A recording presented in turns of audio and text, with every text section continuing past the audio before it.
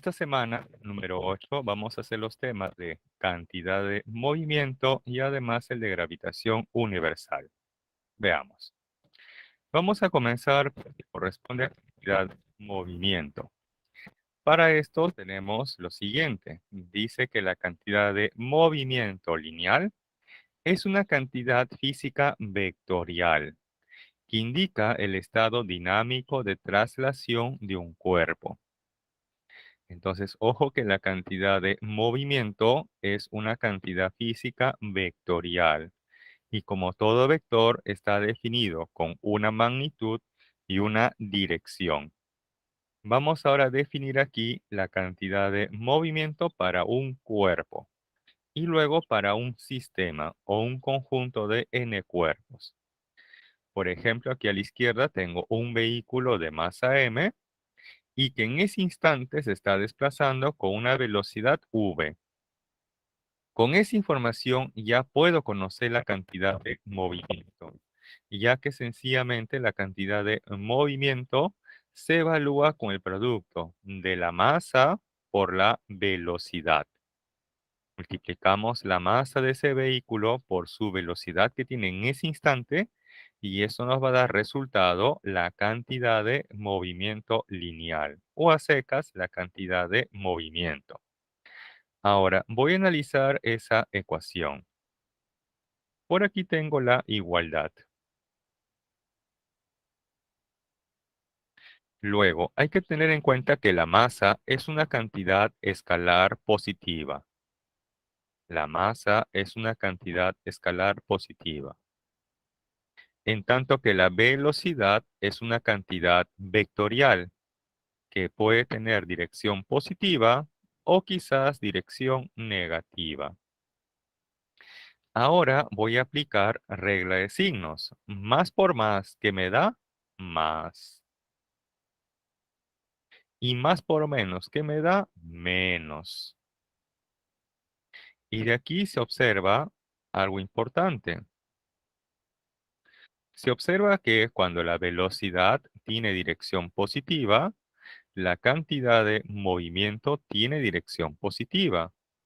Cuando la velocidad tiene dirección negativa, la cantidad de movimiento tiene dirección negativa. O sea que la cantidad de movimiento y la velocidad siempre tienen igual dirección. La cantidad de movimiento y la velocidad siempre tienen igual dirección.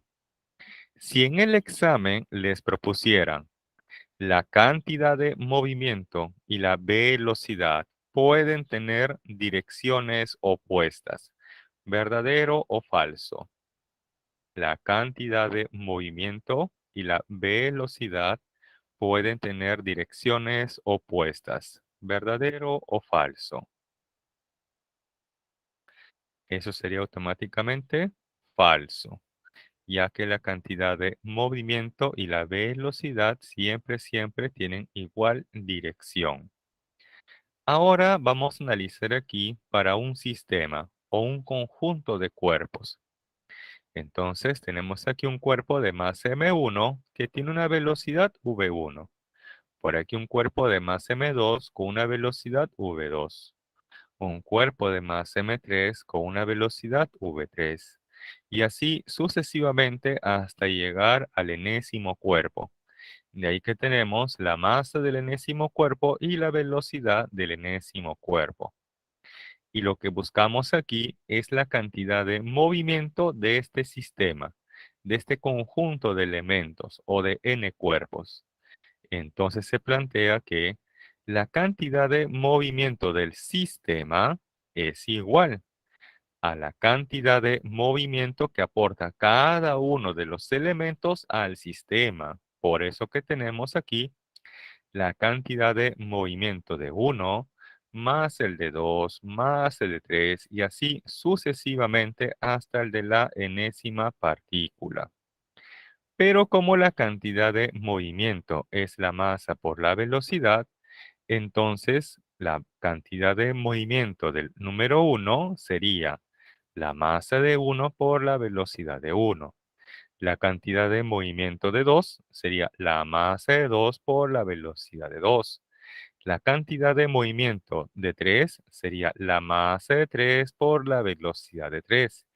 Y así sucesivamente hasta llegar al enésimo cuerpo. De ahí que tenemos la masa del enésimo cuerpo por la velocidad del enésimo cuerpo.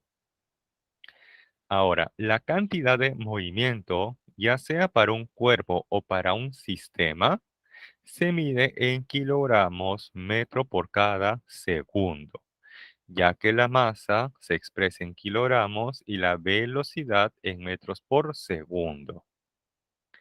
Bien, hasta aquí alguna consulta o duda, sino para pasar a la siguiente diapositiva. Entonces, de esta diapositiva hay que tener presente que la cantidad de movimiento y la velocidad siempre, siempre, siempre tienen igual dirección. Bien, continuamos. Ahora vamos con el impulso. Dice que el impulso es una cantidad física vectorial que indica la acción de una fuerza durante un intervalo de tiempo.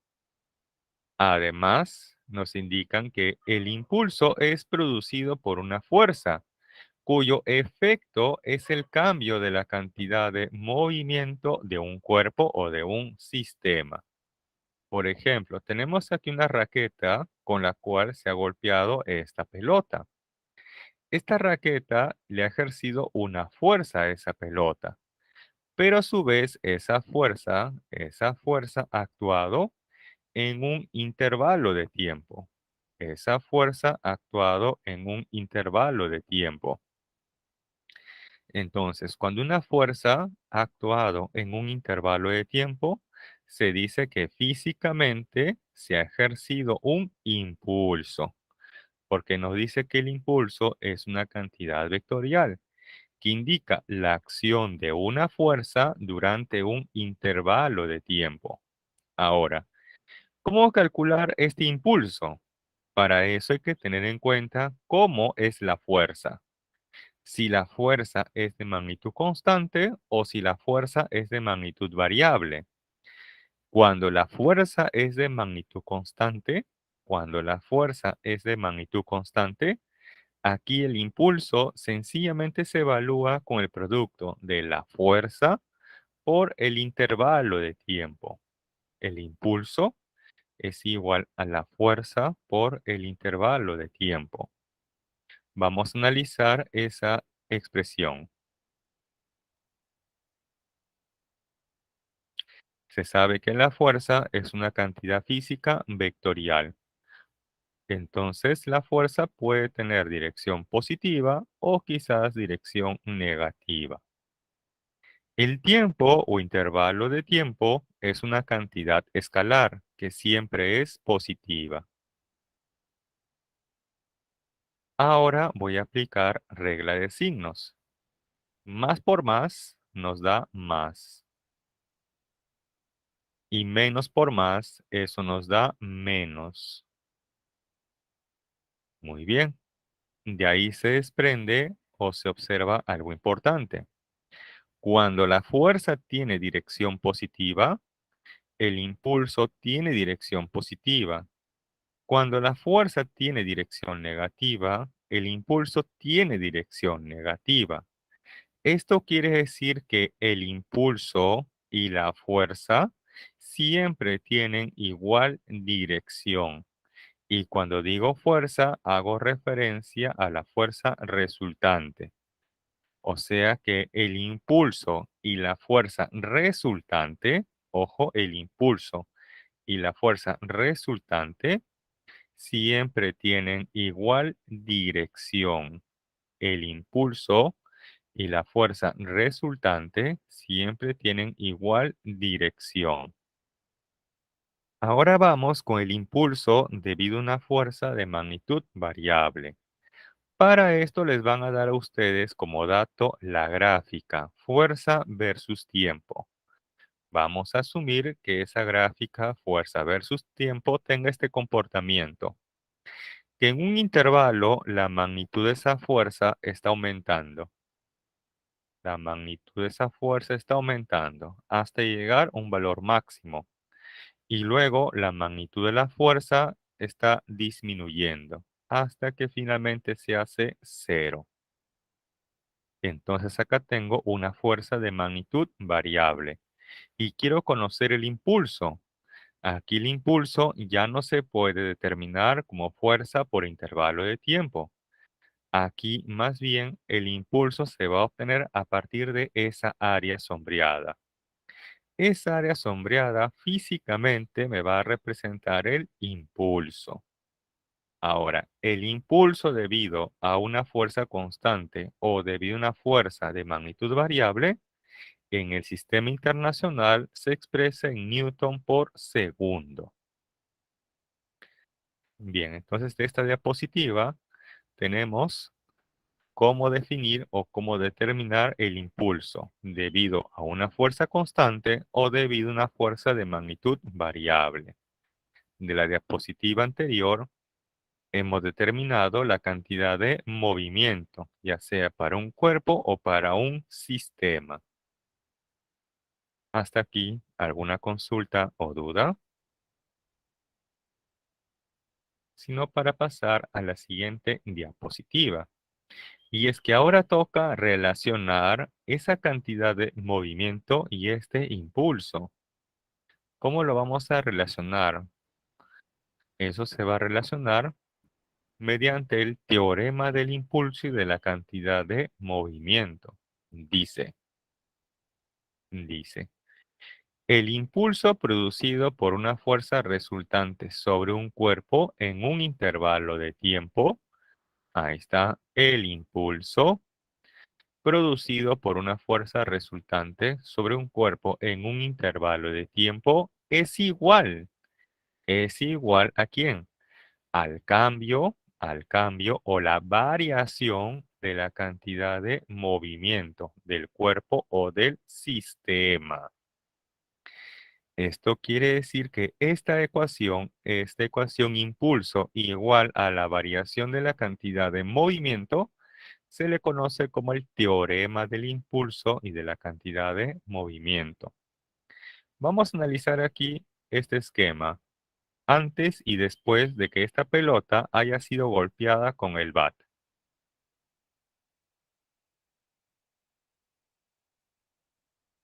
Y vamos a analizar aquí el antes y después de que esta pelota haya sido golpeada con el bat. Inicialmente esta pelota se está desplazando hacia la izquierda. Entonces, si inicialmente la pelota se está desplazando hacia la izquierda, quién más está dirigido hacia la izquierda? De estas dos cantidades físicas, la cantidad de movimiento y el impulso. ¿Cuál de esas dos cantidades físicas tiene igual dirección que la velocidad? Para ir por partes. ¿Cuál de esas dos cantidades físicas tiene igual dirección que la velocidad? ¿La cantidad de movimiento o el impulso? Claro, la cantidad de movimiento. Muy bien. Entonces, si esta es la dirección de la velocidad inicial, esa también debe ser la dirección de la cantidad de movimiento inicial. Luego, la pelota ha sido golpeada con el bat y ahora la pelota se está desplazando hacia la derecha. Y si ahora esta es la nueva dirección de la velocidad, entonces esa también será la nueva dirección de la cantidad de movimiento. ¿Qué se observa? Se observa que la dirección de la cantidad de movimiento ha cambiado. Por lo menos lo que podemos asegurar hasta aquí es que ha cambiado la dirección de la cantidad de movimiento. ¿Y quién ha sido ese responsable para que haya cambiado la cantidad de movimiento? Ah, físicamente ha sido el impulso. Y es que este bat ha golpeado la pelota. O sea que el bat le ha ejercido una fuerza F a esa pelota durante un intervalo de tiempo. Y si yo multiplico esa fuerza por el intervalo de tiempo, entonces eso me da el impulso. O sea que físicamente aquí ha habido un impulso. Y donde además el impulso y la fuerza resultante siempre tienen igual dirección. Luego planteamos que la variación o el cambio en la cantidad de movimiento es igual a la cantidad de movimiento final menos la cantidad de movimiento inicial. La variación de la cantidad de movimiento es igual a la cantidad de movimiento final menos la cantidad de movimiento inicial. Pero a su vez, esa variación en la cantidad de movimiento, según este teorema, es igual a ¿quién? Al impulso. De ahí que tenemos que el impulso es igual a la variación o al cambio en la cantidad de movimiento. Bien, hasta aquí, ¿alguna consulta o duda? Ahora aquí les voy a dar un plus, un adicional. Vamos a plantear aquí una condicional. Si, dos puntos. Si la fuerza resultante es igual a cero, ¿eso qué implica? Veamos. Asumiendo que el impulso debido a una fuerza constante es fuerza por intervalo de tiempo, y nos dicen por condición que esta fuerza es igual a cero, entonces ¿eso qué implica? Implica que el impulso es igual a cero. Porque si yo multiplico esa fuerza cero por un intervalo de tiempo, ese resultado nos da cero. Ya, pero ¿qué implica ahora que el impulso sea igual a cero? Veamos. Se sabe además que el impulso es igual a la variación de la cantidad de movimiento. Y esta variación de la cantidad de movimiento es la diferencia de la cantidad de movimiento final menos la inicial.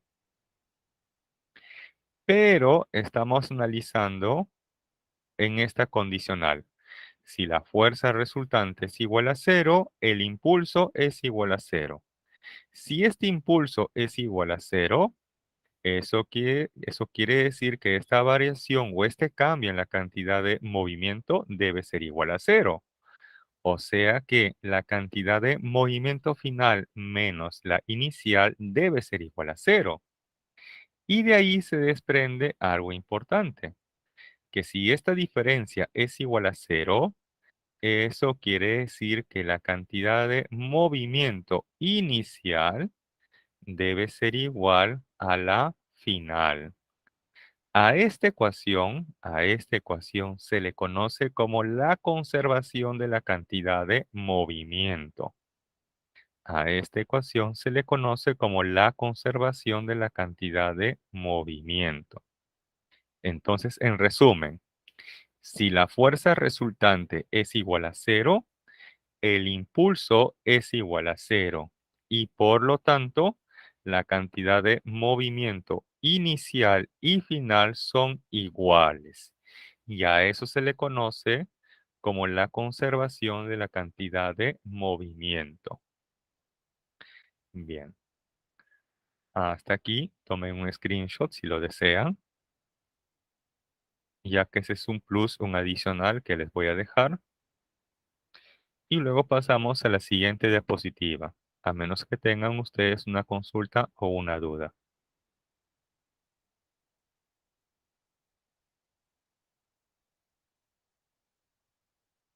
Bien, continuamos. Ahora por aquí vamos con las colisiones o choques. Dice, una colisión o choque es una interacción entre dos o más cuerpos que ocurre en un intervalo de tiempo. Con respecto al choque o colisión, vamos a analizar aquí el principio de conservación de la cantidad de movimiento lineal.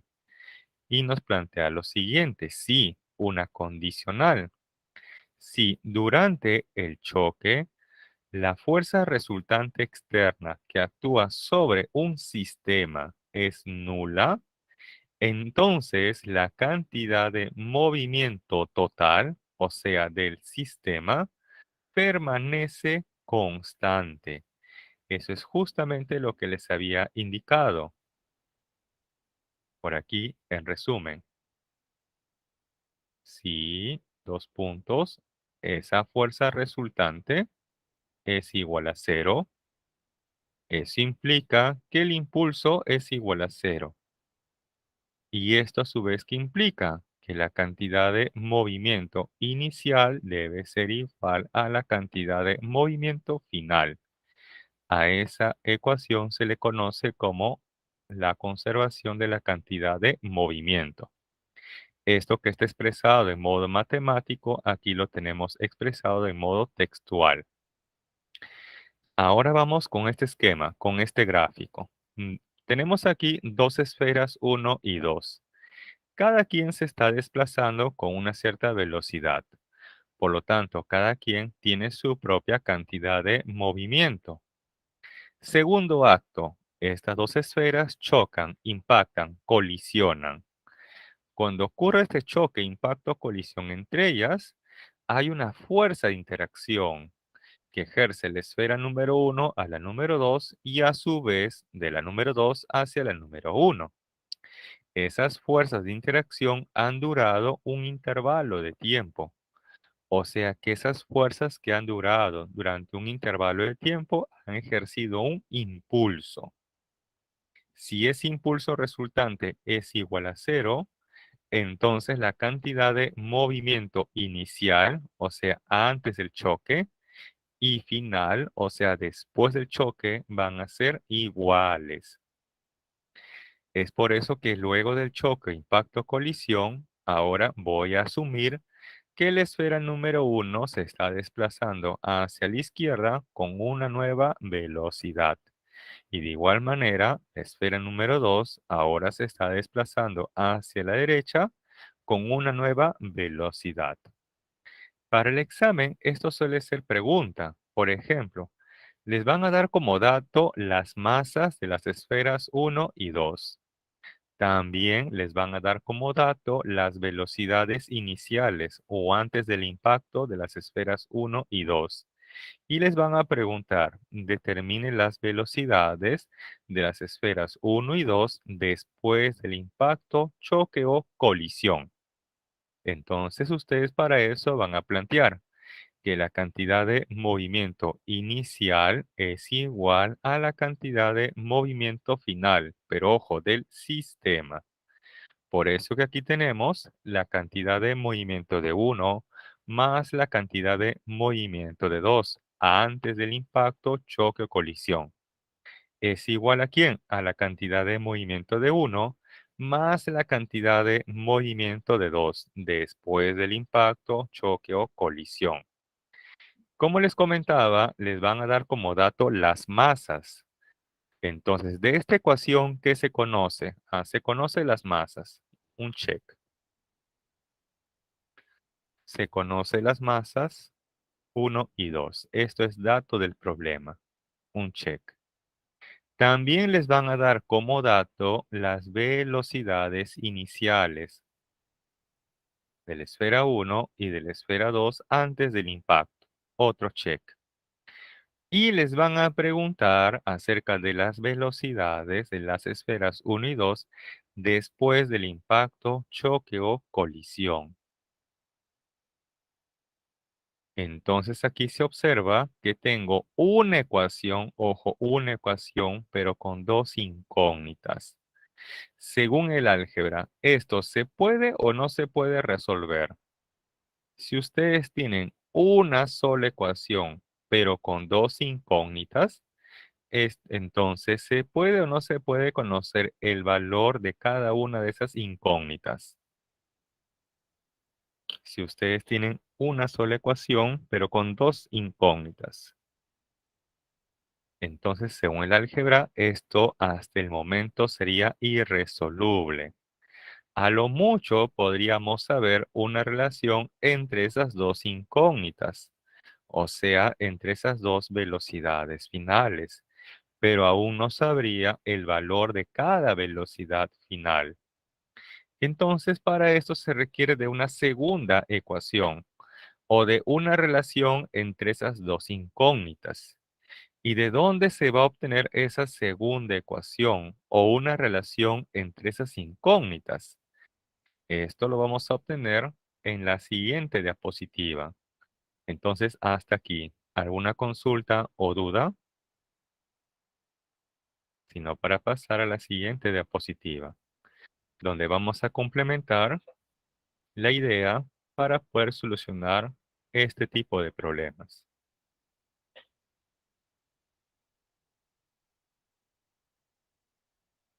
Bien, continuamos. Bien, esto se va a complementar con lo que se conoce como el coeficiente de restitución. Nos dice que el coeficiente de restitución es una cantidad física adimensional, prefijo a sin, o sea, sin dimensiones o sin unidades. Quiere decir que el coeficiente de restitución es un número real, que además está comprendido en este intervalo. Puede ser mayor o igual que cero, pero menor o igual que uno. ¿Y cómo está definido este coeficiente de restitución? Este coeficiente es igual a menos un cociente, donde se observa que en el numerador, ojo, en el numerador tenemos la diferencia de las velocidades finales o luego del impacto, choque o colisión. Y en el denominador tenemos la diferencia de las velocidades iniciales o antes del impacto, choque o colisión. Entonces, vamos a asumir que en el examen les dan como dato el valor del coeficiente de restitución. Les dan eso como dato. Además, les dan como dato las velocidades iniciales, tanto de uno como de 2.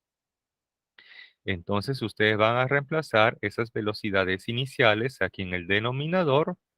Luego, esto que está en el denominador puede pasar a multiplicar al coeficiente de restitución y a partir de ahí ustedes van a tener su segunda ecuación, que está relacionando esas dos cantidades aún desconocidas, esas dos velocidades finales. Ahora sí, ya tienen dos ecuaciones con dos incógnitas y esto ya se puede resolver. Para el examen, para el examen, les pueden dar como dato directo el coeficiente de restitución o les pueden decir de la siguiente manera. Dos esferas han colisionado o han sufrido una colisión perfectamente elástica. Cuando la colisión es perfectamente elástica, se dice que el coeficiente de restitución es igual a 1. Y ahí se cumple lo siguiente, que la cantidad de movimiento del sistema se conserva o permanece constante. De ahí que la cantidad de movimiento inicial y final del sistema son iguales. También nos plantea que la energía cinética del sistema se conserva o permanece constante. De ahí que la energía cinética inicial y final, pero ojo, del sistema, son iguales. Pero también les pueden decir que han sufrido una colisión perfectamente inelástica. En ese caso, el coeficiente de restitución es igual a cero. También les pueden decir que esa colisión ha sido inelástica. Y cuando la colisión es inelástica, el coeficiente de restitución es mayor que cero, pero menor que 1. O sea que este coeficiente de restitución puede ser, por ejemplo, 0,1, 0,2, 0,4, 0,7 o cualquier otro valor comprendido en ese intervalo. Bien, ¿qué se va a cumplir en esta otra condición? Se cumple que la cantidad de movimiento del sistema se conserva o permanece constante. Y con respecto a la energía cinética, nos plantea que la energía cinética del sistema no se conserva o no permanece constante. Y en ese caso se plantea esta relación, que la energía cinética inicial del sistema más el calor generado es igual a la energía cinética final del sistema. Y es que muchas veces cuando ocurre un choque o una colisión, se va a liberar energía en forma de calor. Bien, hasta aquí, ¿alguna consulta o duda? Si ustedes observan aquí las propiedades físicas de las colisiones, perfectamente elástica, perfectamente inelástica o la colisión inelástica, se observa que la cantidad de movimiento del sistema siempre permanece constante. Entonces, moraleja, independientemente, ojo, independientemente del tipo de choque o colisión, la cantidad de movimiento permanece constante. Es por eso que se sugiere plantear en los problemas de choques la conservación de la cantidad de movimiento. Si con eso el problema no tiene aún solución o aún no he obtenido una respuesta, entonces forzosamente van a tener que aplicar el coeficiente de restitución o quizás lo que corresponde a energía cinética. Entonces, la sugerencia es que ustedes primero planteen conservación de la cantidad de movimiento. Si con eso el problema aún no ha sido resuelto, entonces van a tener que complementarlo con el coeficiente de restitución o la relación de las energías cinéticas. Bien, continuamos si no hay consultas o dudas hasta aquí.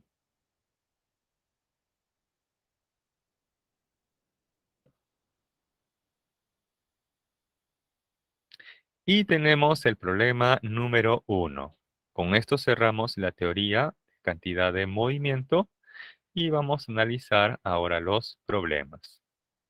Problema número 1 nos dice dos bolas o dos esferas A y B de masas iguales a 400 gramos se mueven sobre una mesa horizontal con velocidades. Para la esfera A o bola A, su velocidad es de menos 3i metros por segundo y de la bola o esfera B es de 4j metros por segundo.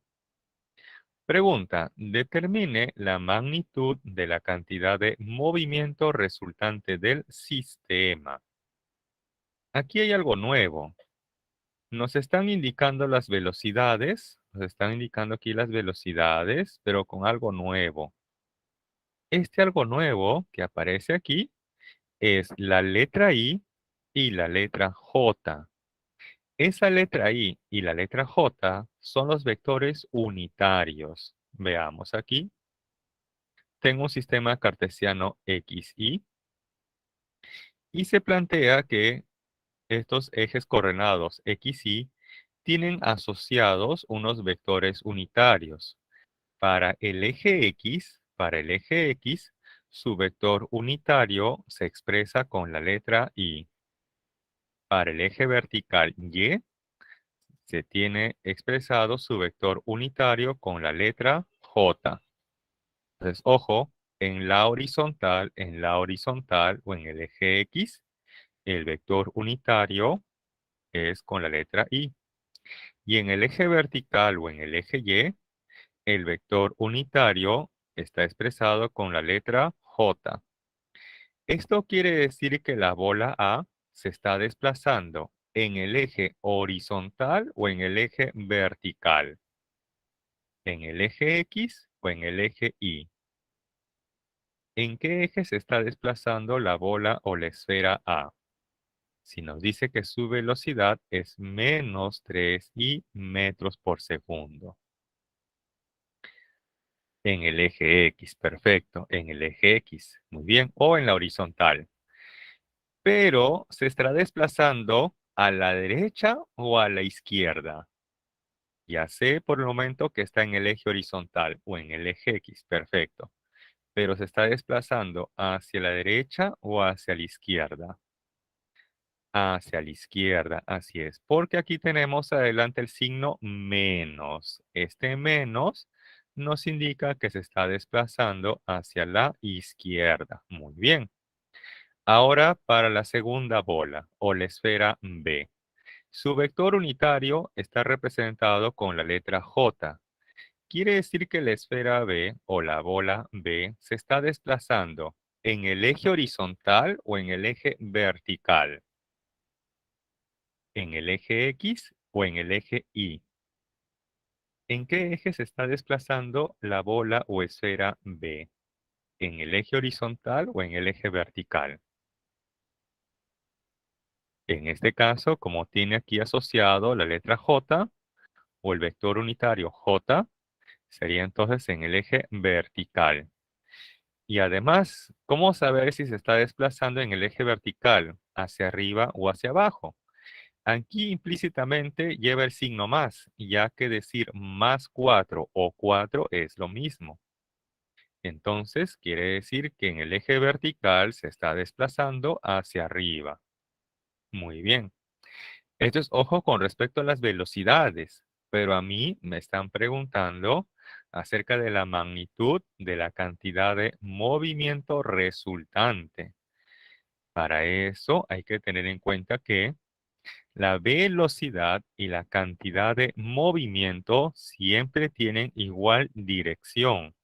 Si esta es la dirección de la velocidad de la esfera A, esa también debe ser la dirección de la cantidad de movimiento de la esfera A. Si esta es la dirección de la velocidad de la esfera B, entonces esa debe ser también la dirección de la cantidad de movimiento de la esfera B.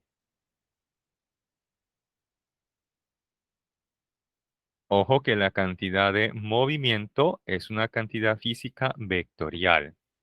O sea que aquí, en otras palabras, me están preguntando acerca de la magnitud del vector resultante.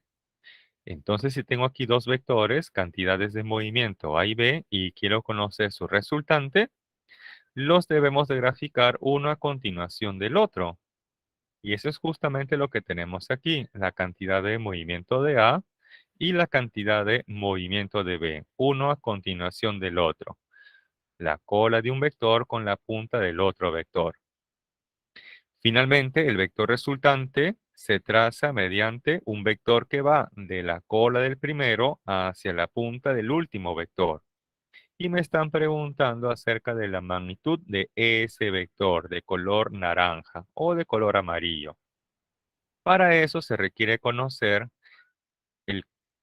conocer la cantidad de movimiento tanto de A como de B. Y eso es justamente lo que vamos a calcular ahora. La cantidad de movimiento es la masa por la velocidad. Entonces, para la esfera A, sería su masa 400 gramos en kilogramos, 0,4 por su velocidad, que vale menos 3i. Y esto nos va a dar menos 1,2i kilogramos metros por cada segundo. Luego, para la esfera B, tenemos aquí su masa, 0,4 kilogramos por su velocidad, 4j. Y esto nos va a dar 1,6j kilogramos metros por cada segundo.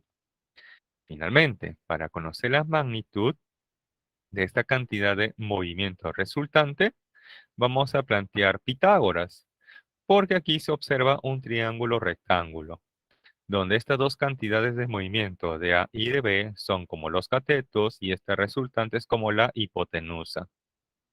De ahí que vamos a plantear aquí que la cantidad de movimiento resultante en magnitud es igual a la raíz cuadrada de la cantidad de movimiento en el eje horizontal al cuadrado más la cantidad de movimiento en el eje vertical al cuadrado. Reemplazando,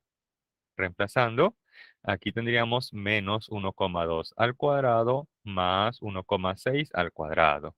Y resolviendo obtenemos una cantidad de movimiento de magnitud 2 kilogramos metros por cada segundo. Así es, joven Carlos. La respuesta es la letra B. Así es. Un problema como este es factible que se les plantee en el examen, ya que como ven, primero van ustedes, por ejemplo, que calcular la cantidad de movimiento, multiplicando la masa por la velocidad. Y luego, como en este caso, esos vectores cantidades de movimiento de A y de B forman un triángulo rectángulo, entonces la resultante finalmente lo obtienen por Pitágoras. Así se les podría preguntar en el examen. Por eso hay que tener en cuenta que la cantidad de movimiento es una cantidad física vectorial y cuya dirección siempre es igual a la velocidad. Bien, hasta aquí, ¿alguna consulta o duda? Sino para pasar al problema número 2.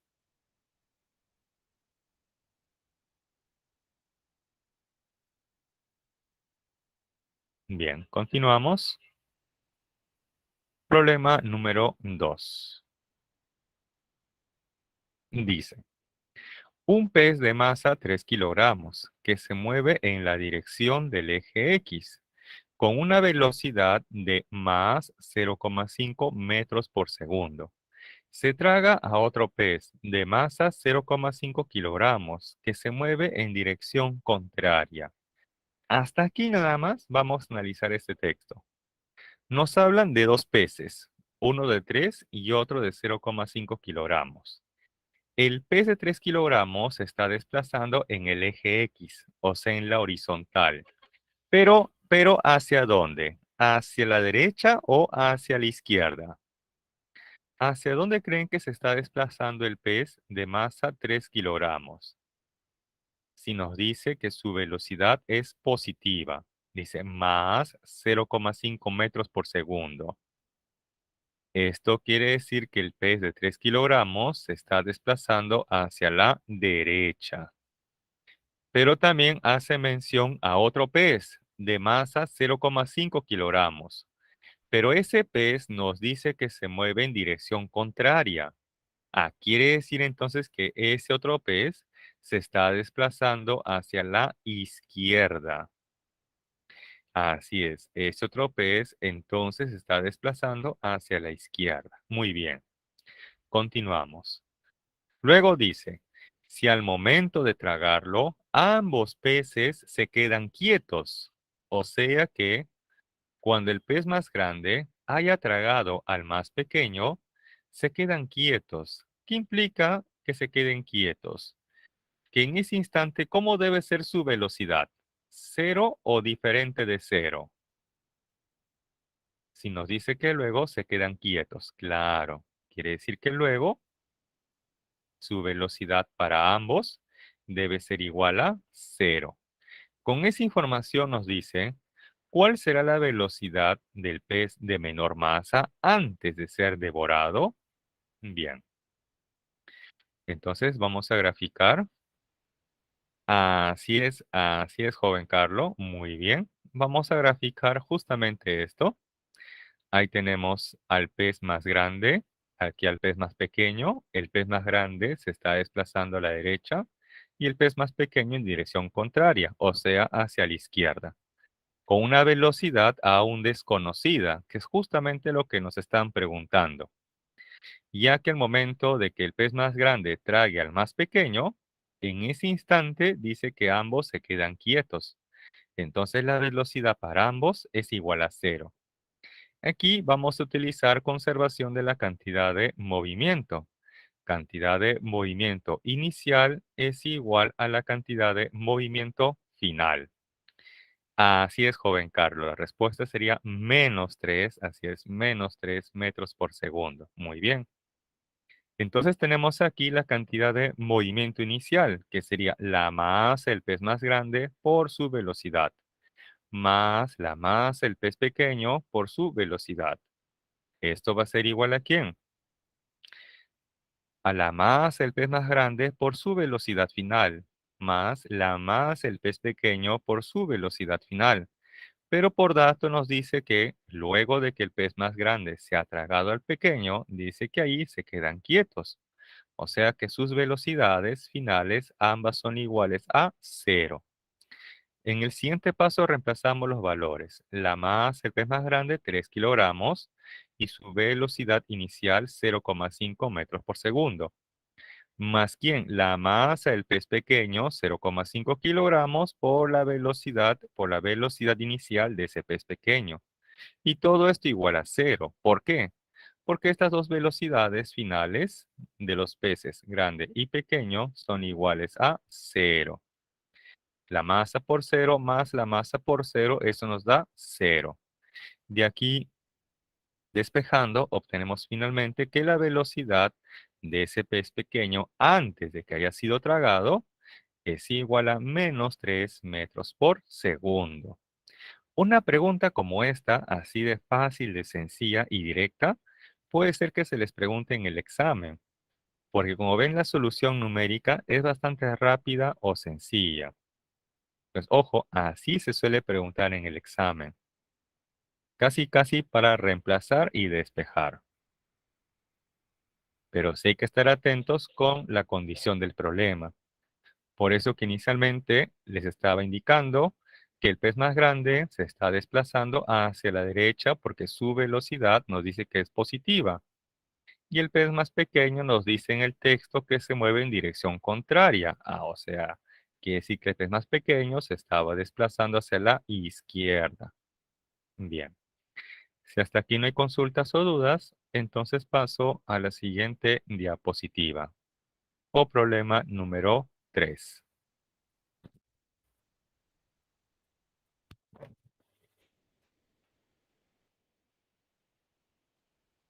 Problema número 3 dice, con relación a los conceptos de impulso y cantidad de movimiento, indique la verdad o falsedad de las siguientes proposiciones. Dice en la primera, si la fuerza neta, la fuerza total o la fuerza resultante sobre una partícula es nula, coma, o sea, entonces su cantidad de movimiento se conserva. ¿Cómo creen que debe ser la primera proposición? ¿Verdadero o falso? Veamos.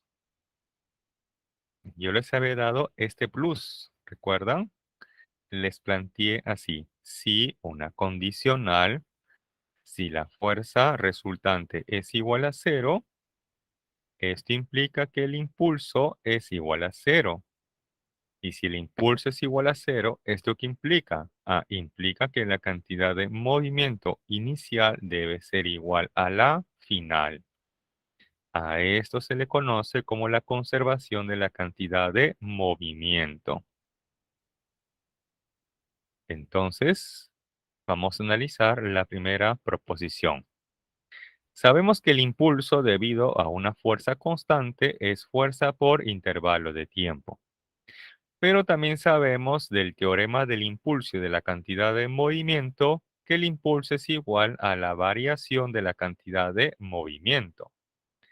Entonces, si esta expresión es igual al impulso y este otro es igual al impulso, quiere decir que estos dos deben ser iguales. Por eso que tenemos que la fuerza por ese intervalo de tiempo es igual a la variación de la cantidad de movimiento. Bien, ahí tenemos entonces la fuerza por el intervalo de tiempo es igual a la variación de la cantidad de movimiento. Pero por condición del problema, nos dicen que la fuerza neta es nula. Ahí está. La fuerza neta es nula. Entonces, reemplazando esa fuerza F, ¿cuánto vale? Cero. Cero por ese intervalo de tiempo, ese producto nos va a dar cero. O sea, quiere decir que esa variación de la cantidad de movimiento debe ser igual a cero. Pero la variación de la cantidad de movimiento es la diferencia de la cantidad de movimiento final menos la inicial. Esa diferencia debe ser igual a cero. Y de ahí que se tiene que la cantidad de movimiento final e inicial son iguales. Y a eso finalmente se le conoce como la conservación de la cantidad de movimiento. Entonces, ¿cómo creen que sea la primera proposición? Si nos dicen que si la fuerza neta es nula, entonces se conserva la cantidad de movimiento. ¿Cómo debe ser la primera proposición? Aquí les he colocado paso a paso y de aquí de color celeste algo más resumido. Este es más resumido. Aquí le he colocado casi paso a paso y aquí en forma resumida. De ahí que la primera proposición tiene que ser verdadero. Luego vamos con la segunda proposición. Si desean, le pueden tomar un screenshot a esto que he encerrado de color celeste, ya que es el resumen de la conservación de la cantidad de movimiento.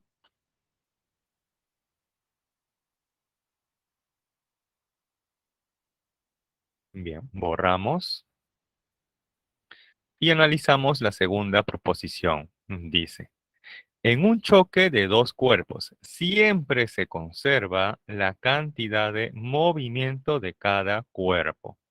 Ojo, dice de cada cuerpo. ¿Cómo creen que sea aquí la segunda proposición? ¿Verdadero o falso? Falso, así es. ¿Por qué? Porque me dicen de cada cuerpo. ¿Cuándo la segunda proposición sería verdadero? Si en lugar de esto dijera del sistema, allí la respuesta sería verdadero. Pero como dice de cada cuerpo, eso lo hace falso. Vamos a justificarlo aquí. ¿Por qué? Tengo dos esferas, una verde y una de color naranja. Vamos a asumir que antes del impacto, choque o colisión entre ellas, estas sean sus velocidades. Luego impactan, chocan o colisionan y ahora esta será la nueva dirección de sus velocidades. Y vamos a calcular sus cantidades de movimiento, antes y después del choque.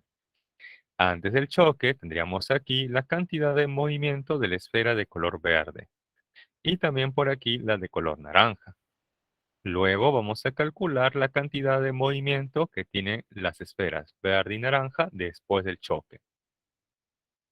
Ahí tendríamos la cantidad de movimiento de la esfera de color verde y además la de color naranja. Finalmente, voy a comparar esas cantidades de movimiento. Veamos, para la esfera de color verde, esta es su cantidad de movimiento antes y esta después del choque. Se observa que esas cantidades de movimiento son diferentes. Como son diferentes, quiere decir que no se ha conservado, ojo, no se ha conservado la cantidad de movimiento de la esfera de color verde. Ahora vamos con la de color naranja. Esta es su cantidad de movimiento inicial y esta es su cantidad de movimiento final. Y observo que esas expresiones son diferentes. Por lo tanto, no se ha conservado la cantidad de movimiento de la esfera de color naranja. Entonces, ojo, no se ha conservado la cantidad de movimiento de cada cuerpo. Pero, ojo, pero si nos hubieran preguntado acerca del sistema, eso sí sería verdadero, ya que la cantidad de movimiento del sistema antes y después del choque deben ser iguales. De ahí que la segunda proposición es falso. Bien, hasta aquí lo vamos a dejar momentáneamente y luego del receso continuamos con la tercera proposición. Bien, hasta aquí lo dejamos momentáneamente. Luego del receso continuamos. Si tienen consultas o dudas, pueden aprovechar. ¿Qué tal, jóvenes? Bien, ahora sí retomamos con la tercera proposición. Dice, en un choque elástico se conserva la energía cinética de cada cuerpo. Ojo, dice de cada cuerpo. ¿Cómo creen que sea entonces la tercera proposición? Si nos dice que en un choque elástico se conserva la energía cinética de cada cuerpo. Veamos. Vamos a asumir este esquema. Tengo aquí antes el impacto, choque, colisión de dos esferas 1 y 2, en la cual voy a asumir que la esfera número 1 tiene una velocidad, en tanto que la esfera número 2 inicialmente está en reposo. Entonces ahí podemos medir sus energías cinéticas. Luego vamos a asumir que luego del impacto, choque o colisión entre ellas, la esfera número 1 se quede en reposo y que la esfera número 2 se encuentra en movimiento. Ahí medimos sus energías cinéticas después del impacto, choque o colisión. Y vamos a comparar cómo es la energía cinética de la esfera número 1 antes y después del choque. Y se observa que esas energías cinéticas antes y después del choque son diferentes. De igual manera ocurre para la esfera número 2. La energía cinética antes y después del choque son diferentes. De ahí que la energía cinética no se conserva para cada cuerpo. La energía cinética no se conserva para cada cuerpo. De ahí que entonces la tercera proposición tiene que ser falso.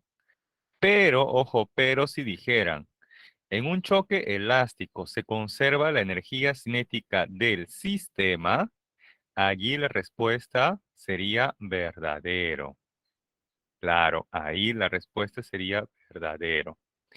Pero como dice de cada cuerpo, eso lo hace falso. Bien. Hasta aquí, ¿alguna consulta o duda? Sino para pasar al problema número 4.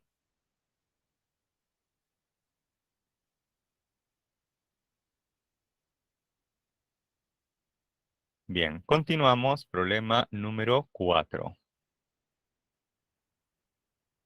Dice, se lanza horizontalmente una pelota de masa 0,4 kilogramos contra una pared.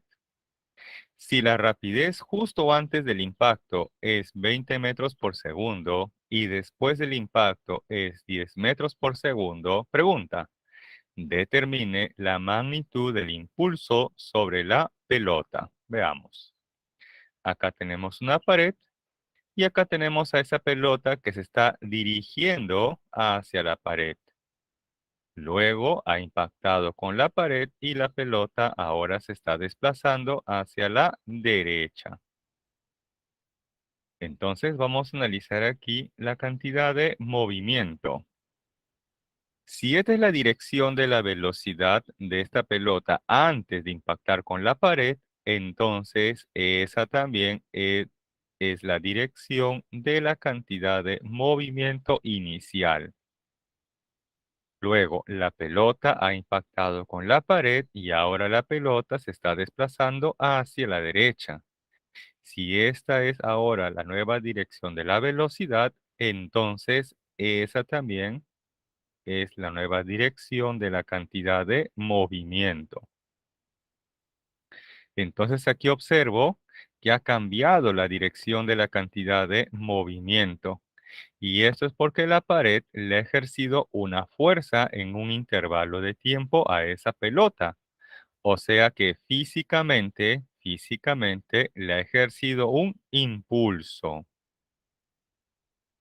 Físicamente le ha ejercido un impulso. Y aquí nos preguntan acerca de la magnitud de ese impulso.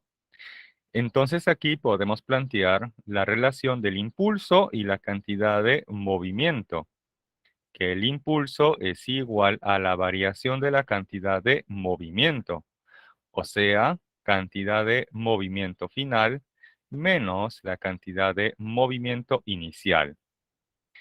Estas cantidades de movimiento inicial y final se puede conocer porque tenemos como dato la masa y la velocidad, tanto al inicio como al final. Entonces, esto se conoce. Y reemplazando aquí, vamos a conocer finalmente el impulso. Muy bien. Hemos hecho el bosquejo, ahora sí lo pasamos a limpio. Vamos a conocer en primer lugar las cantidades de movimiento antes y después. Ojo que la cantidad de movimiento es la masa por la velocidad. Entonces, esto es la masa, 0,4 kilogramos por la velocidad inicial, o antes o justo antes del impacto con la pared. Del gráfico se observa que inicialmente la pelota se está desplazando hacia la izquierda. De ahí que su velocidad inicial es negativa. Ahí tenemos 20, ahí tenemos el menos, 20 menos porque se está desplazando hacia la izquierda, y la magnitud de esa velocidad o la rapidez por dato 20 metros por segundo. De ahí que este producto es igual a menos 8 newton segundo. Ahora vamos con la cantidad de movimiento después del impacto con la pared. Esto es la masa por la velocidad. Masa 0,4 kilogramos por la velocidad. Pero luego del impacto se observa que la pelota se está desplazando hacia la derecha. De ahí que su velocidad es positiva. Ahí está, más ¿quién? 10 metros por segundo. Y esto nos da 4 newton segundo. Con esto entonces ya podemos conocer el impulso. Así es, joven Carlos, perfecto. Sería 4 menos menos 8. Así es, muy bien. Ahí lo tenemos, que el impulso es igual a la cantidad de movimiento final menos la inicial. Ahí está, 4 menos ¿quién? La cantidad de movimiento inicial, que vale menos 8. Ahí está, 4 menos menos 8. Por regla de signos, menos por menos me da más. Y tendríamos entonces 4 más 8 igual a ¿cuánto? 12 newton segundo. Y esa finalmente es la magnitud del impulso que ha ejercido la pared hacia la pelota. Una pregunta como esta es factible que se les pregunte en el examen, porque sencillamente van a multiplicar ustedes la masa con la velocidad para obtener la cantidad de movimiento, tanto la inicial como la final. Luego restan la cantidad de movimiento final menos la inicial y con eso obtienen el impulso. Así puede ser que les pregunten en el examen. Bien, unos segundos para que aprecien la solución. Si no hay consultas o dudas, paso a la siguiente diapositiva. O problema número 5.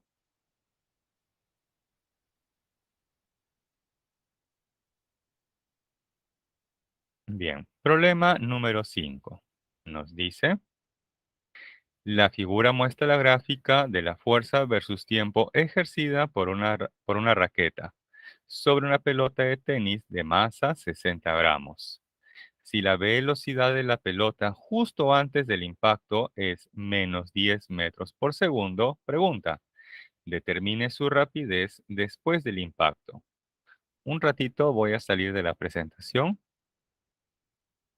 para asegurarme que aparezca la animación. Hay una animación, un ratito. Bien. Entonces aquí tenemos la gráfica de la fuerza versus el tiempo. Y acá tenemos esa animación. Ahí tenemos la pelota que ha sido golpeada por esa raqueta. Inicialmente la pelota se está desplazando hacia la izquierda, ya que nos dicen que su velocidad inicial es menos 10 metros por segundo. Luego la raqueta golpea la pelota en un intervalo de tiempo, o sea, le ejerce un impulso. Y eso hace que luego la pelota se desplace hacia la derecha. Y nos preguntan acerca de la magnitud de la velocidad o la rapidez después del impacto con la raqueta. Entonces aquí podemos plantear la relación del impulso y la cantidad de movimiento, que el impulso es igual a la cantidad de movimiento final menos la cantidad de movimiento inicial. Esto se puede conocer porque tenemos como datos la masa y la velocidad inicial. Este de aquí sería la masa por la velocidad final, que es justamente lo que me están preguntando. Pero para ello debo de conocer previamente este impulso. ¿Y cómo voy a conocer este impulso? Para eso nos dan la gráfica fuerza versus tiempo. En una gráfica fuerza versus tiempo, ¿cómo se determina el impulso? ¿Fuerza por intervalos de tiempo o con el área? En una gráfica fuerza versus tiempo, ¿cómo se determina el impulso? ¿Fuerza por intervalo de tiempo o a partir del área? Así es, a partir del área. Muy bien. Entonces aquí voy a conocer esta área sombreada, que en este caso corresponde a una región triangular. Y esa área sería base por altura entre 2.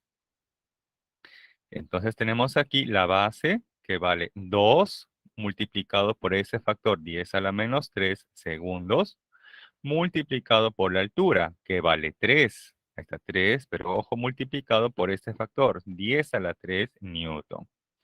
Ese producto luego entre 2. 2 y 2 se cancela y me va a quedar 3. 3 multiplicado por 10 a la menos 3 y por 10 a la 3. 10 a la menos 3 por 10 a la 3, eso me da 10 a la 0, o sea, 1. Y por 3, simplemente 3. De ahí que este impulso es igual a 3 newton segundo. Ahora sí, vamos a utilizar el teorema del impulso y la cantidad de movimiento. El impulso es igual a la cantidad de movimiento final menos la inicial. Y reemplazando, ¿cuánto vale este impulso? 3 newton segundo. La cantidad de movimiento final es la masa, 60 gramos en kilogramos, se multiplica por el factor 10 a la menos 3. Y eso luego por la velocidad final. ¿Menos quién? La masa por la velocidad inicial. La masa 60 gramos, para que esté en kilogramos, multiplicamos por el factor 10 a la menos 3. ¿Y cuánto es la velocidad inicial? Inicialmente se está desplazando hacia la izquierda. De ahí que su velocidad inicial es negativa. Por eso tenemos aquí el menos 10. Luego, por regla de signos, menos por menos me da más. Luego, 60 por 10 a la menos 3 y por 10, eso me va a dar 0,6. 0,6 va a pasar al otro lado a restar a 3 y eso me va a dar 2,4. Finalmente, 60 por 10 a la menos 3 va a pasar a dividir a 2,4 y de ahí vamos a obtener que la velocidad final o la magnitud de la velocidad final, o sea, la rapidez, es igual a 40 metros por segundo. Y esa finalmente es la respuesta al problema. Una pregunta parecida a esta, pero más sencilla, se les podría plantear en el examen, ya que primero van a tener que conocer el impulso a partir del área, luego relacionar el impulso con la variación de la cantidad de movimiento.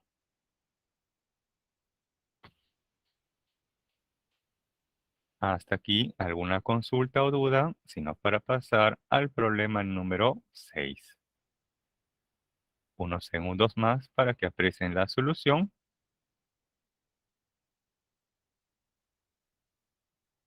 Bien, problema número 6. Dice, la figura muestra dos bolas o dos esferas A y B de masas iguales, 2 kilogramos. La bola o la esfera A tiene una rapidez de 2 metros por segundo y colisiona frontalmente con la bola o esfera B, que inicialmente se encuentra en reposo. Asumiendo que la colisión es perfectamente inelástica, pregunta, determine la cantidad de calor que se libera. Bien, acá tenemos el gráfico en la cual la esfera A se está desplazando con una velocidad y la esfera B inicialmente se encuentra en reposo. Cuando la esfera A impacta la esfera B, allí va a haber un intercambio en sus cantidades de movimiento.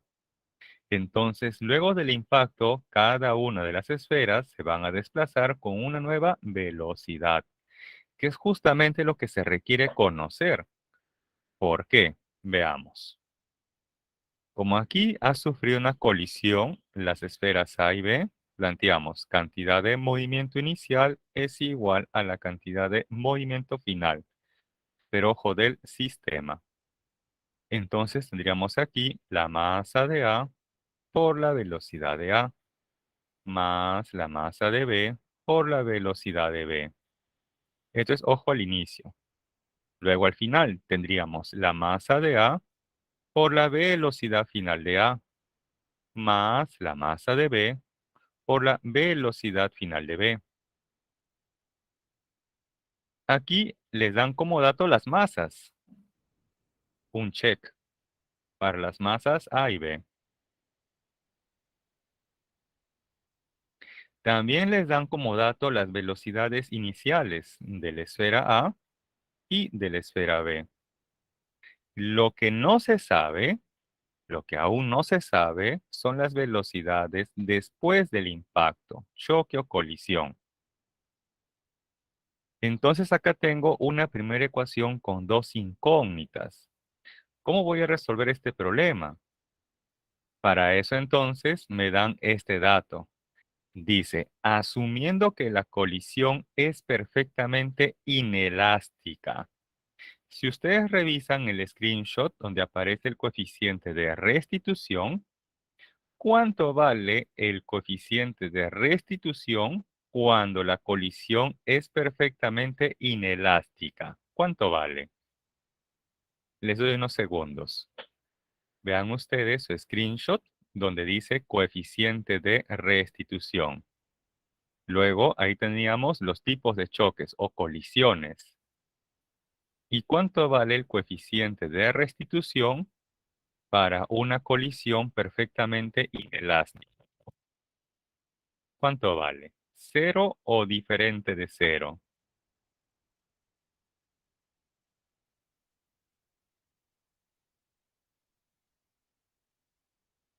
Ahí, claro, muy bien, vale cero. Así es. Cuando la colisión es perfectamente inelástica, el coeficiente de restitución es igual a cero. Pero un detalle, este coeficiente de restitución, ¿cómo se define? Ah, él se define como menos un cociente, ¿cierto? Menos un cociente. Acá tenemos un numerador y aquí un denominador. Pero este coeficiente vale cero. Entonces cero es igual a ese cociente. Para que este cociente, ojo, para que este cociente sea igual a cero, ¿quién debe ser cero? ¿El numerador, el denominador o ambos? Para que este cociente sea cero, ¿quién debe ser cero?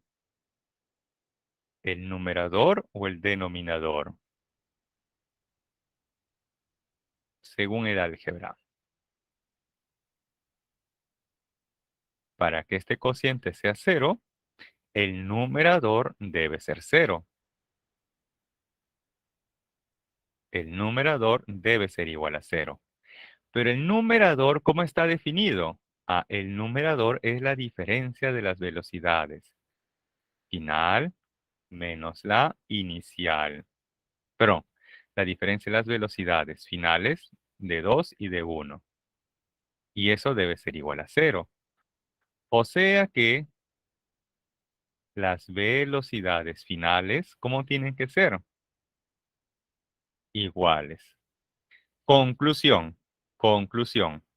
Cuando la colisión es perfectamente inelástica, ojo, conclusión, cuando la colisión es perfectamente inelástica, las velocidades finales son iguales.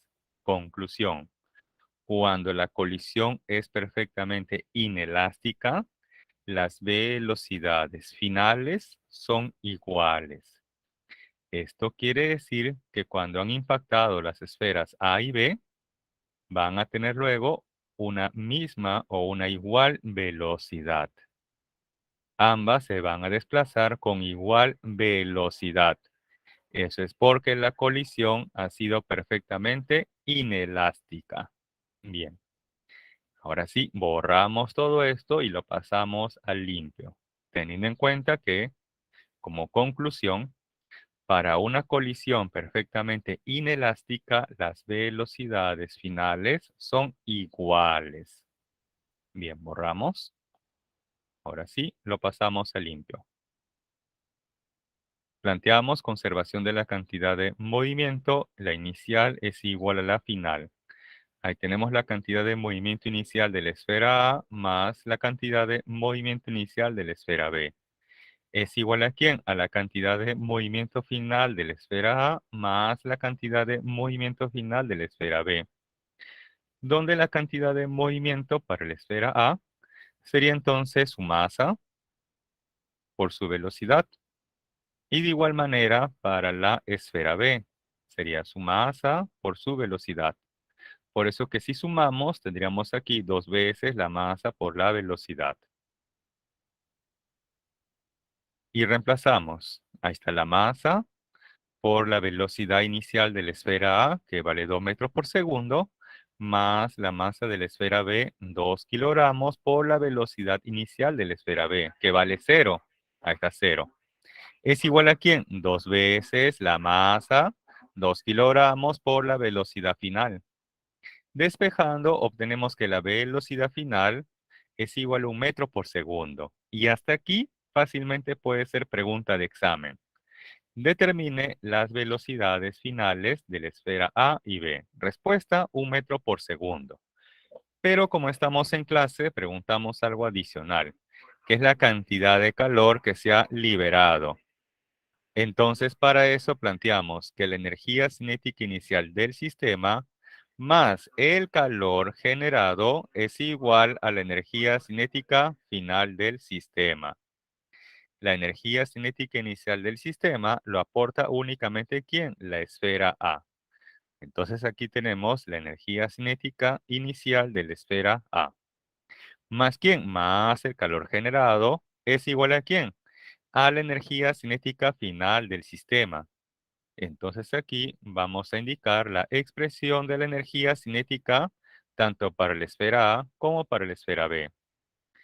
La energía cinética final para la esfera A sería 1/2 de su masa por la rapidez final al cuadrado. Y de igual manera para la esfera B. La energía cinética final para la esfera B sería 1/2 de su masa por su rapidez final al cuadrado. Sumamos estas dos energías cinéticas finales y eso nos va a dar 1/2 de 2 veces la masa por la rapidez final al cuadrado. Luego reemplazamos los valores y tenemos entonces 1/2 de la masa 2 kilogramos por la rapidez inicial de la esfera A, que vale 2 metros por segundo y por lo tanto 2 al cuadrado. Más el calor generado es igual a ¿quién?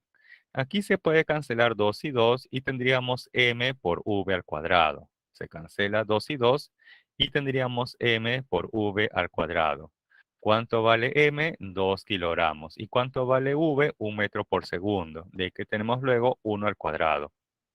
Despejando, tenemos que el calor generado ha sido de menos 2 joules. Este signo menos tiene una interpretación. Cuando el calor me sale negativo, ese signo negativo indica que se ha liberado, se ha perdido energía.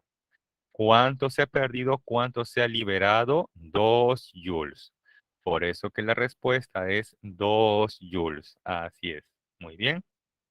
La energía liberada en forma de calor es de 2 joules. Este signo menos se interpreta que se ha perdido, se ha liberado energía. Bien, hasta aquí, ¿alguna consulta o duda?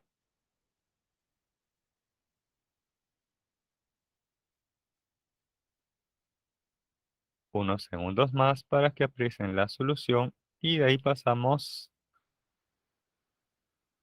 a la teoría que corresponde a gravitación universal. Con esto hemos finalizado lo que corresponde a cantidad de movimiento y ahora pasamos a gravitación universal.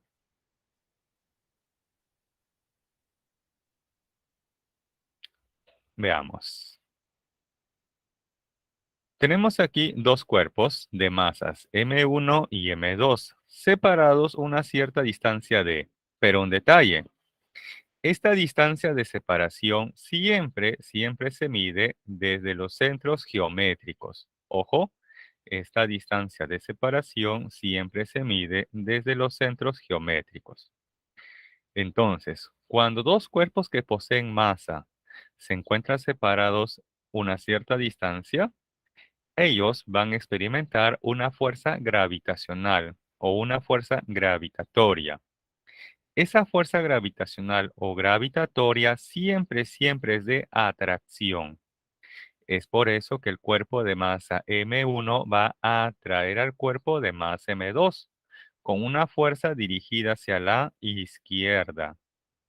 De igual manera, el cuerpo de masa M2 va a atraer al cuerpo de masa M1 ejerciéndole una fuerza dirigida hacia la derecha, ya que entre ellos existe una atracción.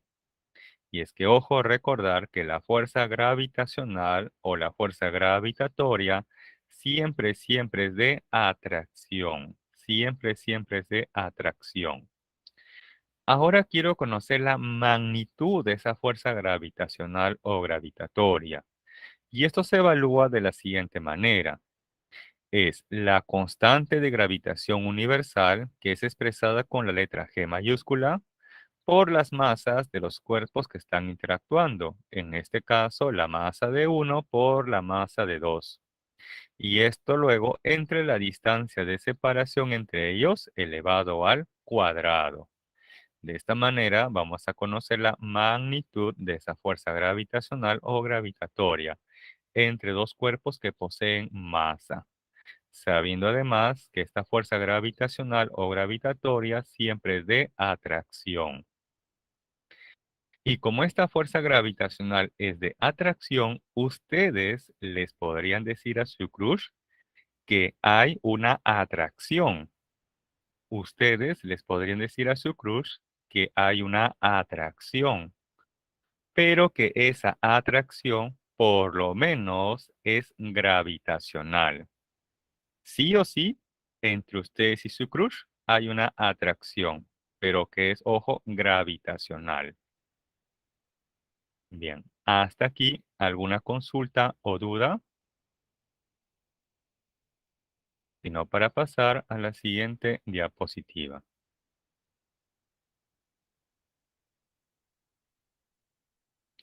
Bien, continuamos.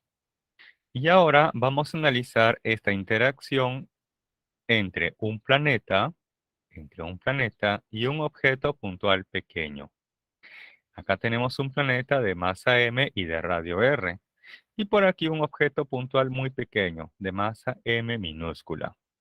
Ambos se encuentran separados una cierta distancia de minúscula, pero un detalle.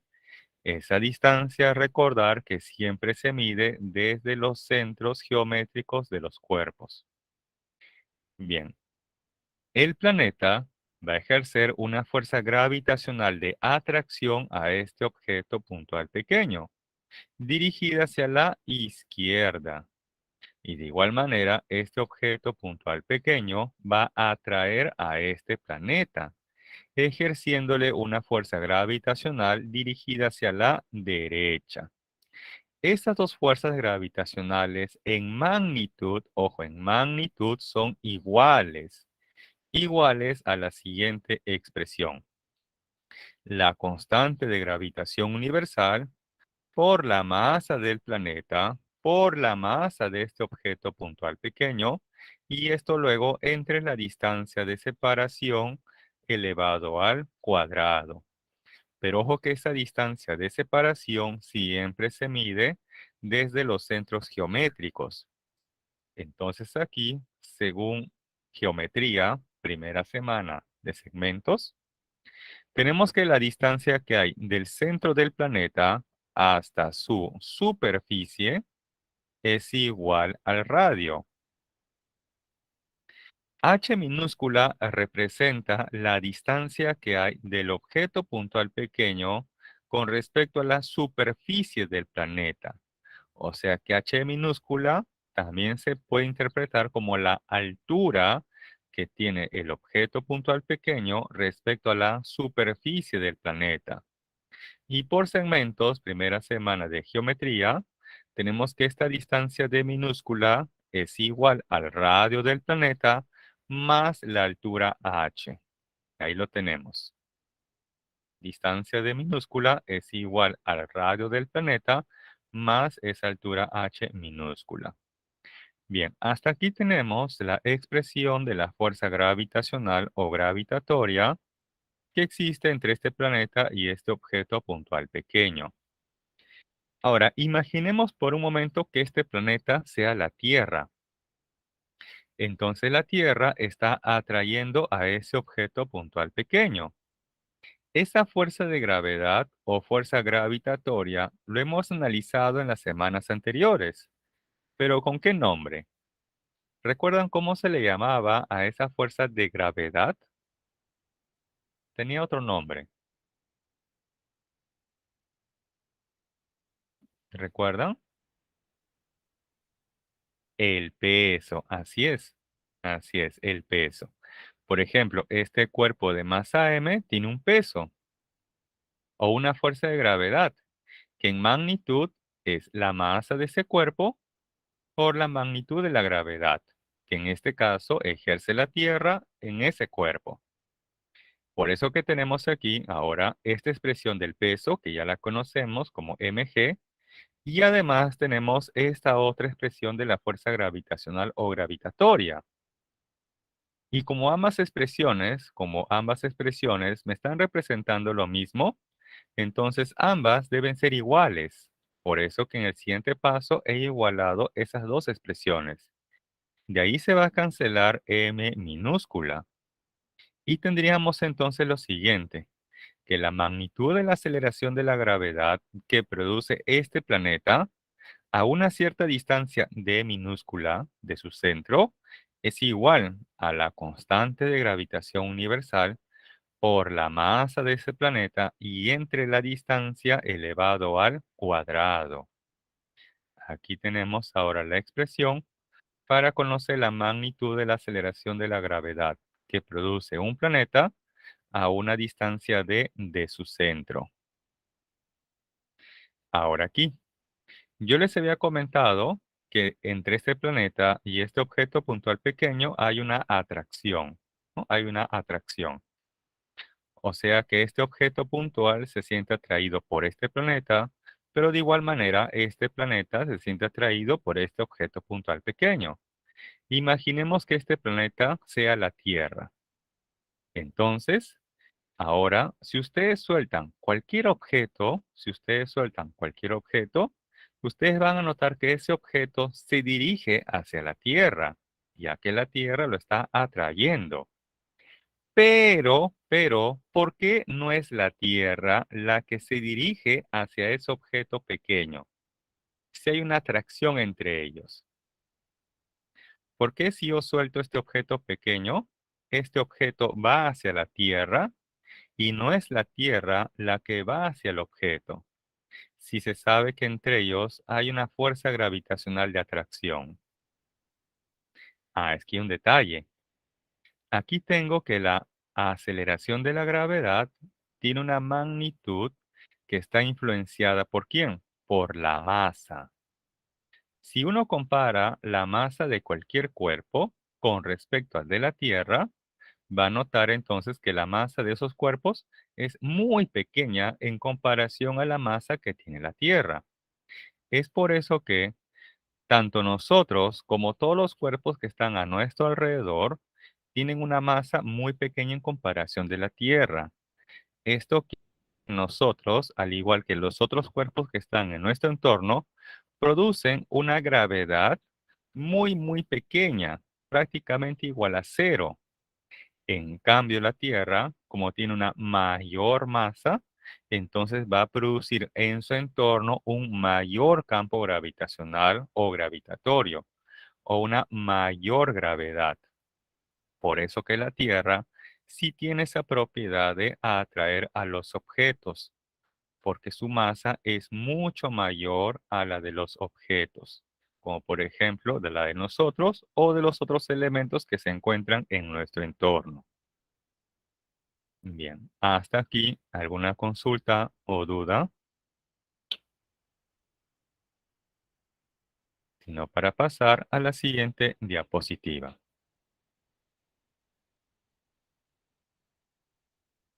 Bien, continuamos. Y ahora tenemos por acá las leyes de Kepler. La primera ley de Kepler, o también conocida como ley de las órbitas, se plantea que los planetas describen trayectorias elípticas estando el Sol en uno de sus focos.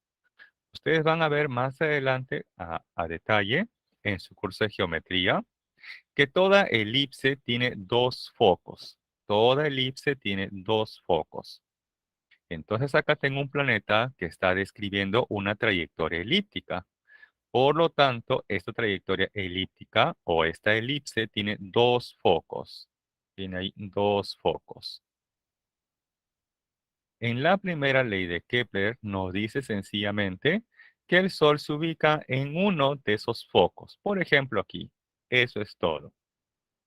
Aquí no hay ninguna ecuación, es solamente teórica. El Sol se ubica en uno de los focos de la trayectoria elíptica descrita por un planeta. Luego, vamos a la segunda ley de Kepler, o también conocida como ley de las áreas.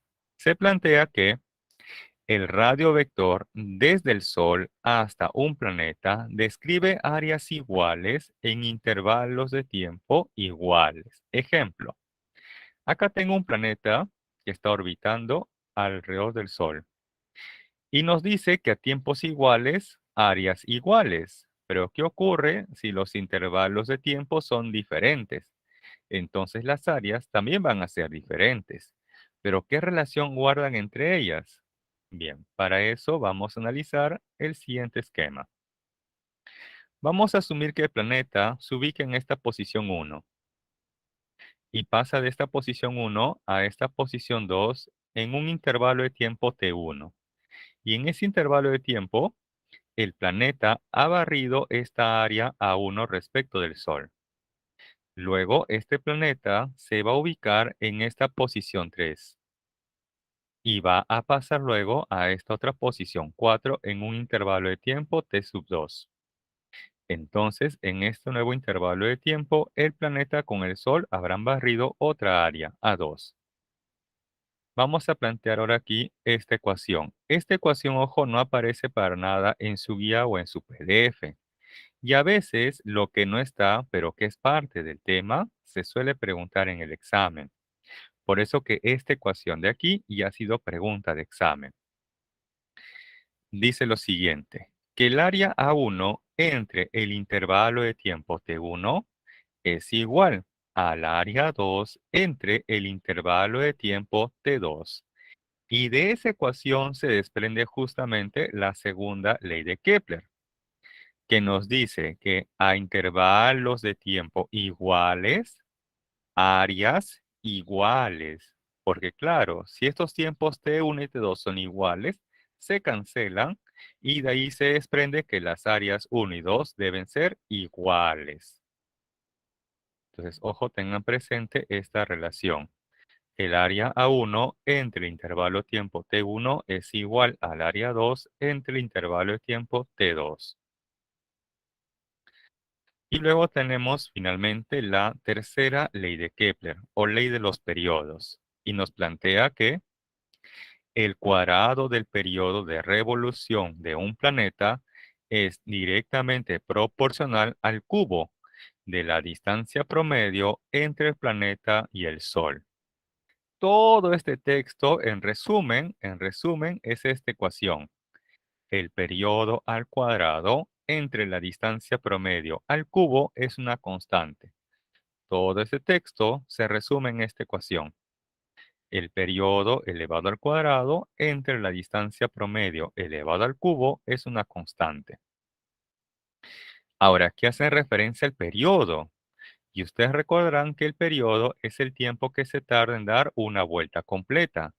En este caso, sería una vuelta completa con respecto al Sol. Ahora, para la Tierra, ¿cuánto vale el periodo? ¿Qué tiempo le toma a la Tierra en dar una vuelta completa respecto al Sol? ¿Cuánto vale ese tiempo? Y que incluso lo celebramos año a año. Lo celebramos justamente en Año Nuevo, ¿cierto? Porque el periodo de la Tierra es justamente un año terrestre. Un año terrestre a su vez tiene 365 días terrestres. Y un día terrestre a su vez tiene 24 horas. ¿Y por qué hago énfasis o por qué digo la palabra terrestre? Es que un día terrestre tiene 24 horas, pero un día en Marte, un día en Júpiter, Venus, Saturno u otro planeta, necesariamente tiene 24 horas. Un día en esos otros planetas necesariamente hay 24 horas. ¿Un día terrestre? Claro, en No. planetas. Digo, sí, sí, sí, sí, sí, sí.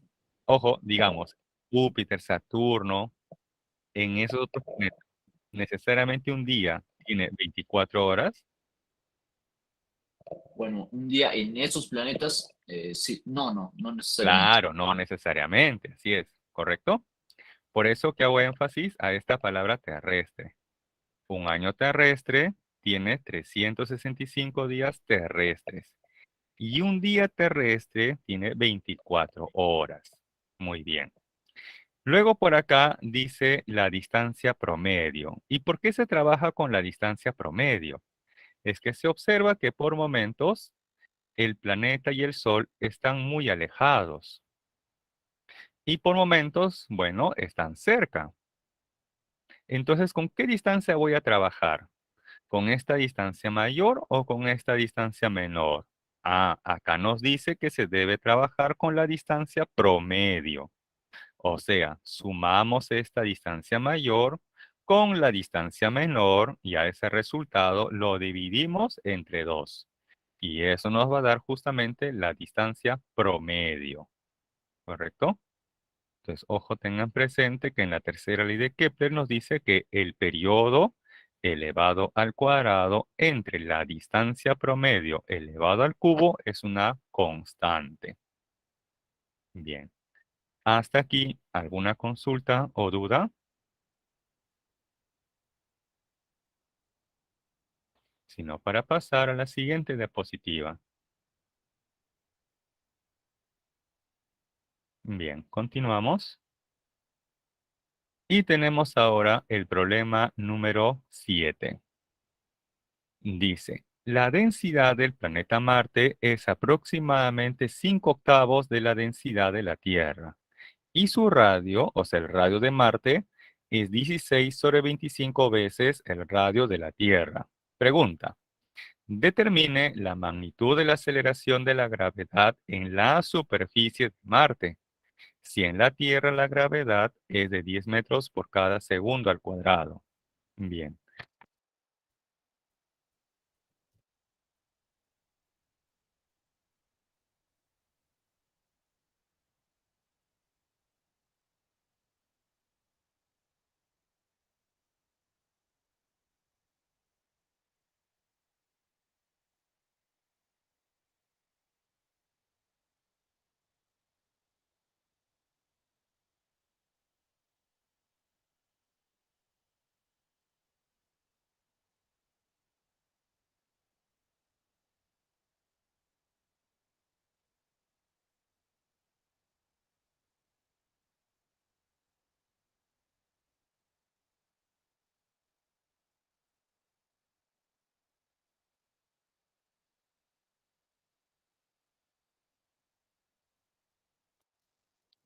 Hola, hola, hola, hola.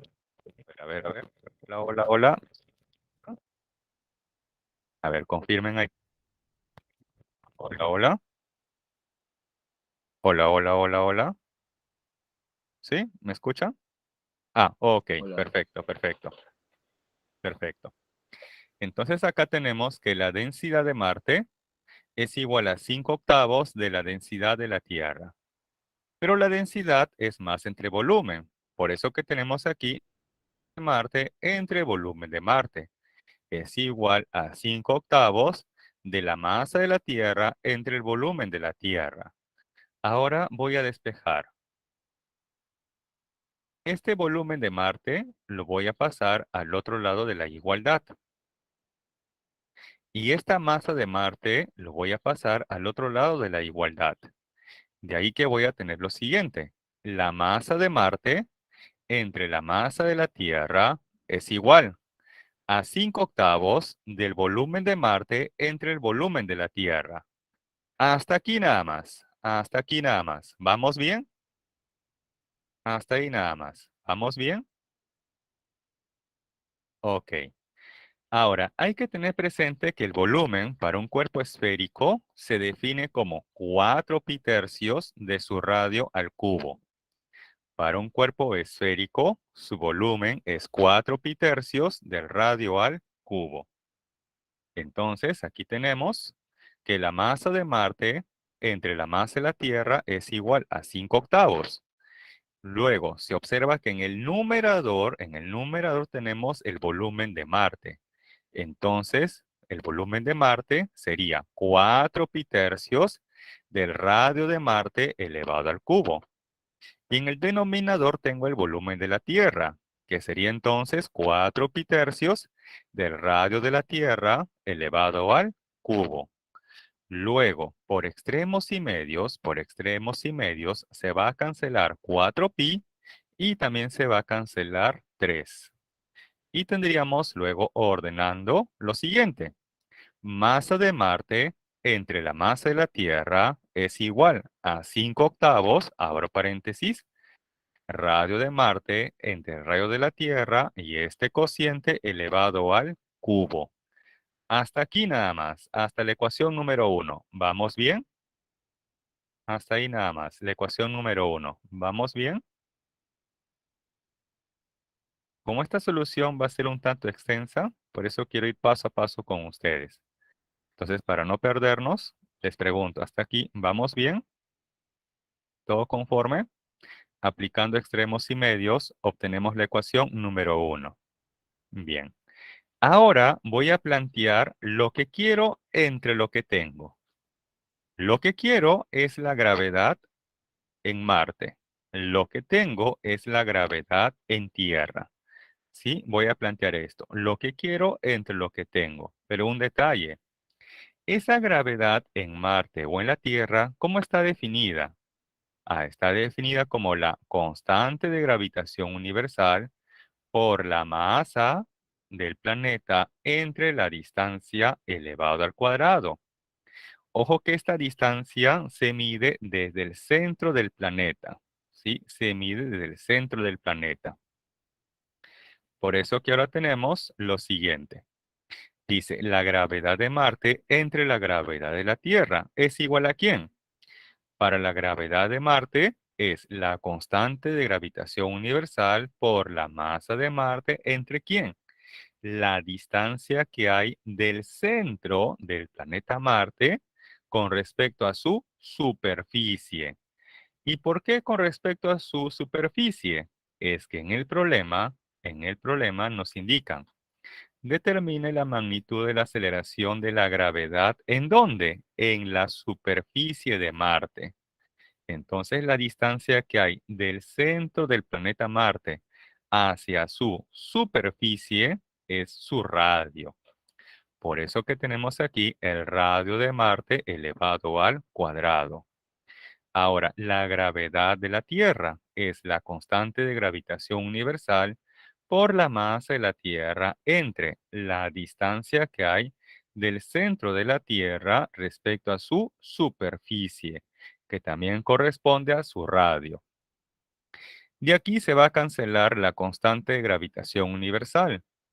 Y luego, por extremos y medios, tenemos que la gravedad en Marte entre la gravedad de la Tierra es igual a la masa de Marte entre la masa de la Tierra.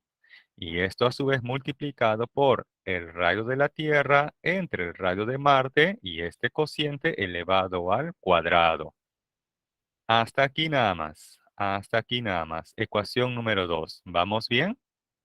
Hasta allí nada más. ¿Vamos bien? Aplico extremos y medios y ordenando obtengo esta segunda ecuación.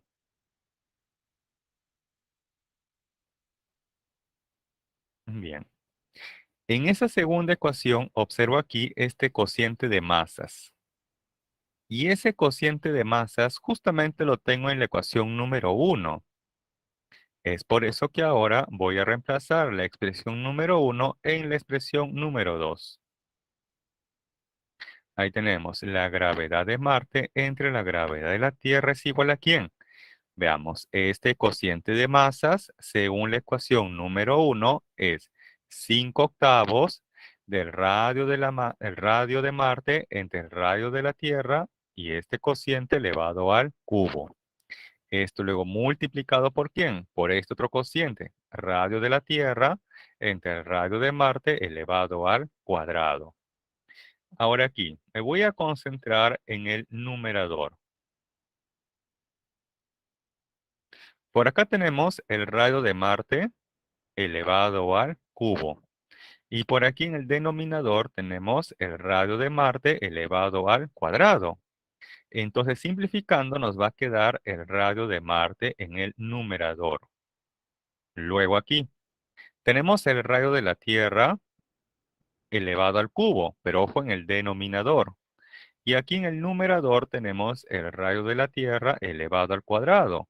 Simplificando, vamos a obtener el radio de la Tierra en el denominador. Y hasta aquí tenemos la ecuación número 3. Entonces, observo que para conocer esa gravedad en Marte, falta conocer esta relación de los radios. Y esa relación de los radios es dato del problema. Dice, por dato del problema, que el radio de Marte es igual a 16 sobre 25 veces el radio de la Tierra. De tal manera que despejando tenemos que el radio de Marte entre el radio de la Tierra es igual a 16 sobre 25. Y esto finalmente lo voy a reemplazar en la ecuación número 3.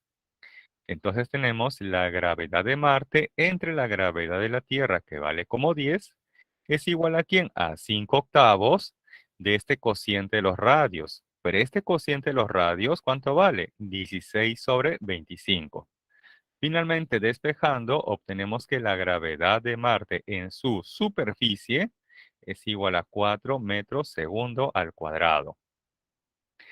Ahora, pueden tomar ustedes un respiro, un descanso. ¿Por qué? Porque este problema, así tal cual, es imposible que se les plantee en el examen. No se asusten, no se alarmen, que este modelo de pregunta número 7 es imposible que se les plantee en el examen.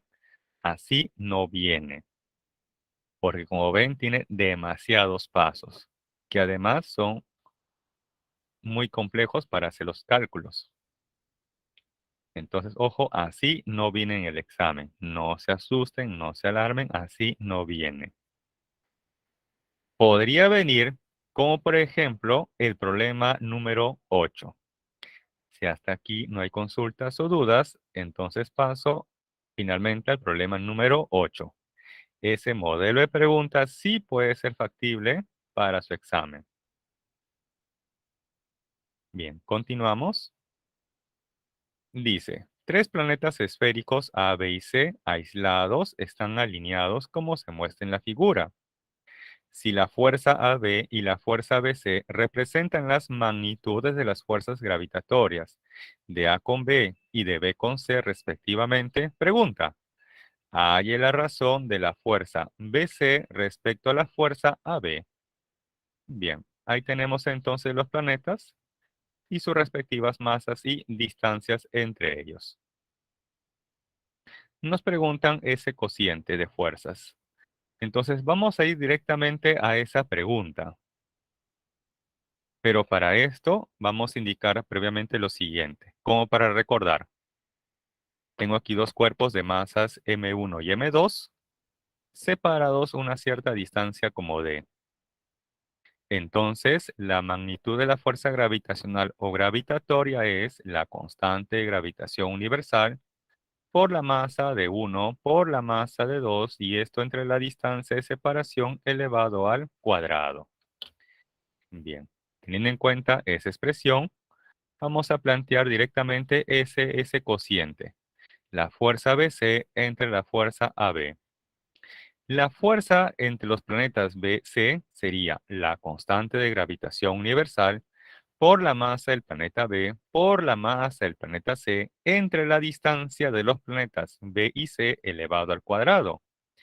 La fuerza AB sería la constante de gravitación universal por la masa del planeta A por la masa del planeta B entre la distancia de los planetas A y B elevado al cuadrado. Por extremos y medios se va a cancelar la constante de gravitación universal. Y además puedo relacionar de esta manera, que la fuerza BC entre la fuerza AB es igual a ¿quién? Veamos. Les comentaba aquí que se cancela esta constante de gravitación universal y también por extremos y medios se puede cancelar la masa del planeta B. Por eso que luego por extremos y medios tendríamos la masa de C entre la masa de A. Y esto luego por la distancia AB entre la distancia BC y ese cociente elevado al cuadrado. Y ahí finalmente vamos a reemplazar. Según el gráfico, la masa del planeta C vale como 2m. La masa del planeta A vale como m medios. Luego, la distancia de los planetas A y B vale como d minúscula y la distancia de los planetas B y C vale como 4d minúscula. En esta primera parte se va a cancelar las masas y tendríamos 2 entre un medio. 2 entre un medio nos va a dar 4. Luego por acá se cancela d con d y tendríamos un cuarto. Y un cuarto al cuadrado nos va a dar 1 sobre 16. Finalmente, cuarta 1, cuarta 4. Y este cociente de fuerzas nos va a dar un cuarto. Y esa finalmente sería la respuesta al problema. Este modelo de preguntas sí es factible que se les plantee en el examen. El problema 7 es imposible. Así no viene en el examen. Bien, hasta aquí alguna consulta o duda, sino para dar por finalizado la clase de hoy.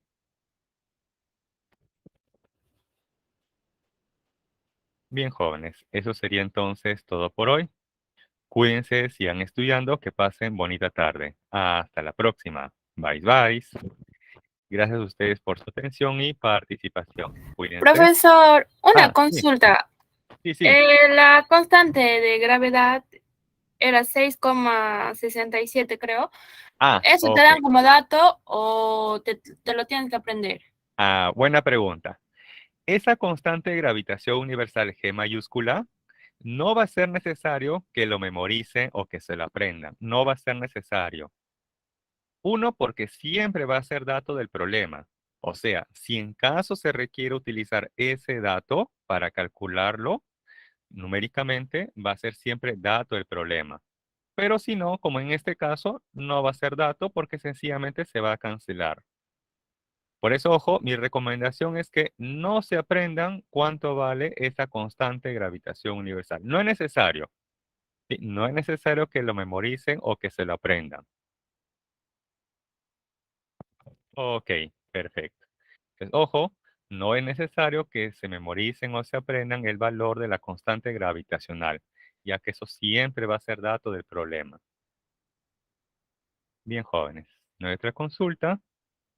Entonces me despido. Cuídense, sigan estudiando. Hasta la próxima. Bye, bye.